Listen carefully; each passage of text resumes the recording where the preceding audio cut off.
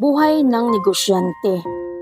Negosyante, salitang masarap pakinggan, pero sa likod nito ay mga hirap na pinagdaanan. Salitang akala ng lahat ay parati kang may pera. Salitang minsan ay gusto mo nang tumambling, pero dahil sa salitang ito ay patuloy kang lumalaban. Kahit gaano man kahirap, dahil ikaw ay isang negosyante na patuloy pang nangangarap sa ikagaganda ng negosyo mo. Hindi po ibig sabihin na may negosyo ka o nagnenegosyo ka, mayaman ka na. Mayaman lang po kami sa pangarap at sa panalangin at sa pananalig na mababago ang takbo ng buhay namin.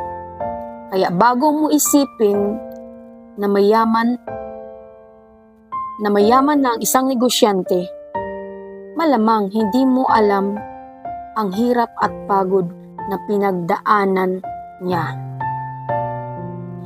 Kaya sa mga negosyanteng patuloy lumalaban para sa kanilang mga pangarap, saludo po ako sa inyo.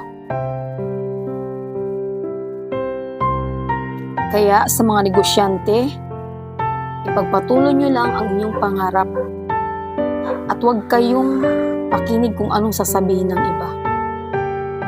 Lumaban lang kayo sa hamon ng buhay at maaabot nyo rin ang pangarap para sa pamilya nyo.